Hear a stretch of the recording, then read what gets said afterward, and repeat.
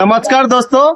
तो ये देख सकते हैं फ्रेंड्स, इसको कहा जाता है पार्ट्स पेपर। ठीक है, तो ये काफी महंगा आता है, लगभग एक रोल आपका 14 से 15 हजार रुपए का आता है। ठीक है, और ये फ्रेंड्स बहुत सारे आदमी का कमेंट आता है ये कहाँ पर यूज होता है। तो फ्रेंड्स ये जो है ये आपका P91, P22 और SS का जॉब में ये पार्ट्स पेपर का यूज होता है।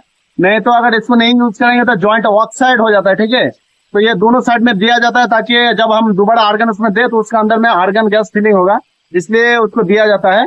और फ्रेंड्स ये जल्दी मतलब जलता नहीं, मतलब ये 220 डिग्री हीट होगा उसके बाद ही ये जलेगा। ठीक है, ये एक पेपर होता है फ्रेंड्स, ये एक खास तरह का पेपर होता है, ऐसे नहीं कि नॉर्मल पेपर है। ये महंगा है इसीलिए ये बहुत मतलब क्वालिटी का पेपर है, खास तरह का पेपर है। ये क्या होता है ना, बहुत सारा आदमी मेरा कमेंट भी करता है कि जब पाइप के अंदर ये लोग जबरदस्ती डाल देता है तो बाद में निकलता है कैसे, वो तो पाइप ब्लॉक हो जाएगा।